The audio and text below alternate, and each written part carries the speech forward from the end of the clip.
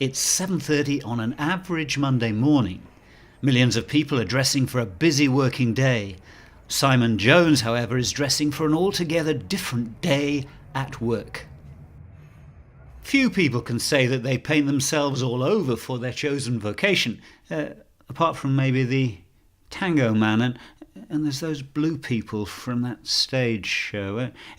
Anyway, Simon is in fact one of the increasing number of people that paint themselves all one colour for their job.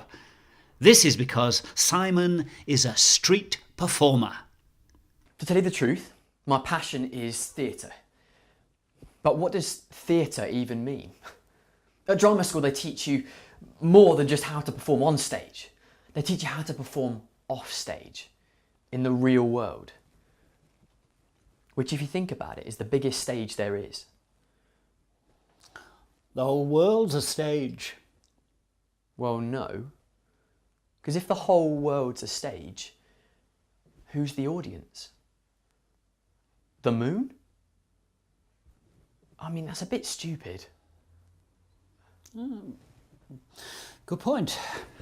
What I mean is that at drama school they taught us that a role is a role, no matter where or for who you do it. It's for whom?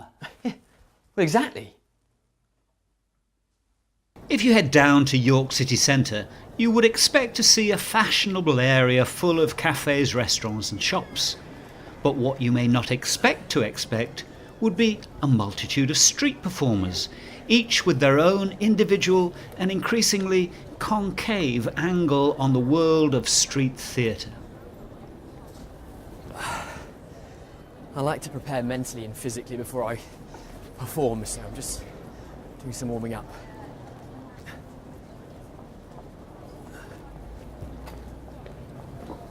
How do you cope with the embarrassment?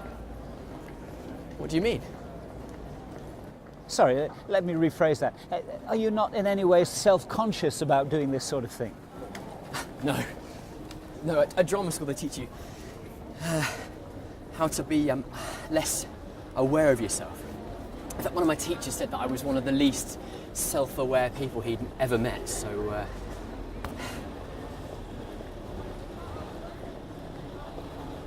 Simon very much believes that the pipe dream of being a professional actor is a lot closer to being a regular dream, in that it's more likely to come true. Although in reality dreams are an abstract concept, so probably aren't affected by their proximity to pipes. With acting being an oversaturated market, people are having to think increasingly out of the box to get noticed by agents or directors. But with thinking out of the box becoming the norm for people like Simon, he is having to think outside of a sort of meta-box, which has the original box and all the other thinkers encased within it. Simon has set up his act outside this high-profile theatre in the hope that a director will notice his acting talent and recruit him on the spot.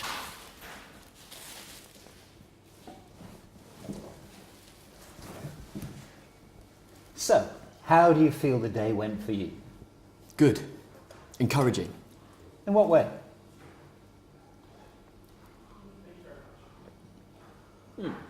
Well, what would a good day for you look like? Well, I think it would probably look like today, but I'd be the lead in a play.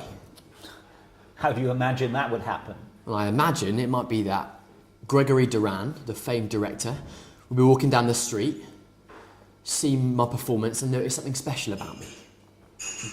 No, sorry. When I said imagine, I meant, how do you actually think it could happen? I know. That's what I was answering. You don't think that might happen? Gregory Duran walks down the street every day. He's bound to see me at some point. In fact, 2 or 3 times he's looked straight at me. But doesn't that indicate that he did notice you and then didn't do anything about it?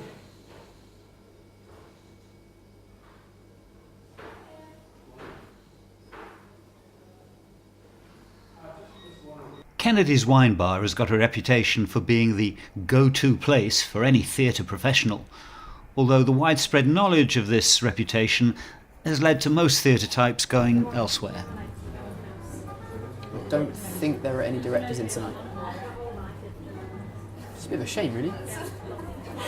I wanted to hand out a few CVs. Seem to be quite a lot of street performers though. Why is that? Well, they're hoping to do the same as me. They want to bump into a director. What? All of them? Yeah. You see Dave over there? He was Suggs in the Madness musical. It didn't do very well. And you see that clown in the corner, all on his own? Yeah, I'll go with that. He was an understudy in Stomp.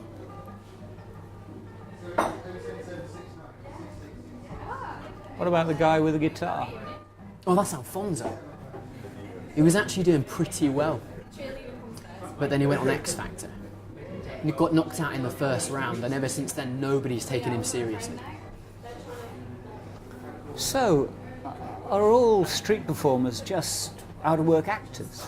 No, just most of them. Wow. Yeah. Why is that? Well, I think it's because it's something they can do that's still performing. What about extra work? No way. That's the death of any good actor. And besides, I think that's a little bit beneath me. It's a bit demeaning.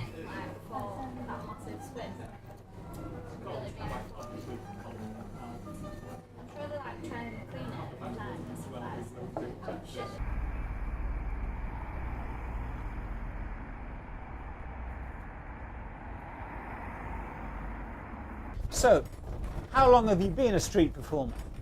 Well, I only do it when I don't have any paid acting work, so And how long has that been? 4 years. Right. So, at what point do you think you might stop being a stage actor? I guess if I was blinded, it'd be very difficult to...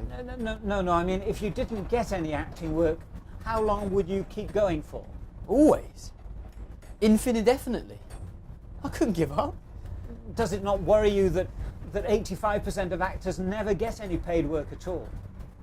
What are you trying to say? Well, Are you trying to get me to give up? I'm not going to give up. God, you sound just like my agent.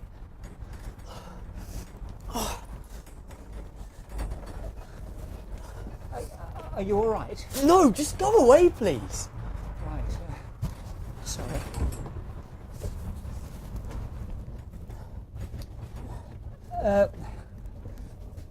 The trouble is, I'm not altogether sure where we are, and I think that this might be the last bus. We're in East Acomb. Right. There's a taxi rank just up there on the left. Okay, thanks.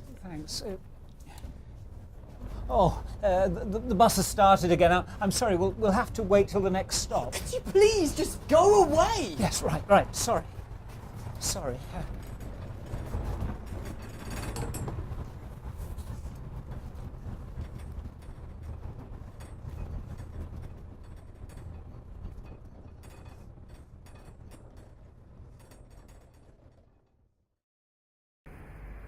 Last time we saw Simon, he was having a personal crisis. Due to no external influence, he was doubting his lifetime calling to stage acting. Simon has gone through many changes in the 4 months since we last saw him. You might say his entire life has changed for the better, and that he can now say he is truly happy. Put simply, my life has changed completely. I can now say I'm truly happy. It's strange how things can change so completely yet so suddenly.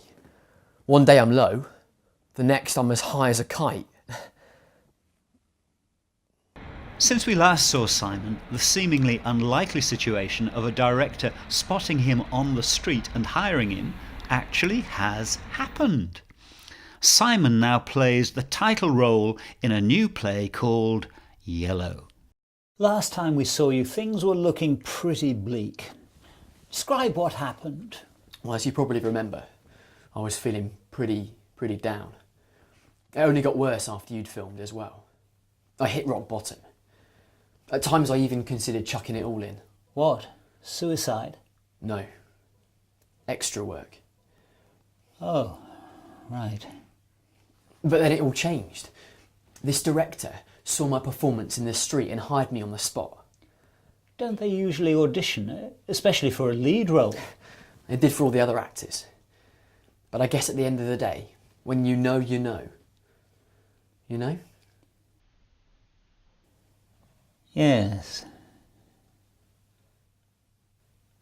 So, describe your part in the performance. Well, as you probably know, I play the title role, Yellow. The play is a performance art piece about Yellow's life. A bit of a dream come true, really. Definitely that. I honestly couldn't want for more.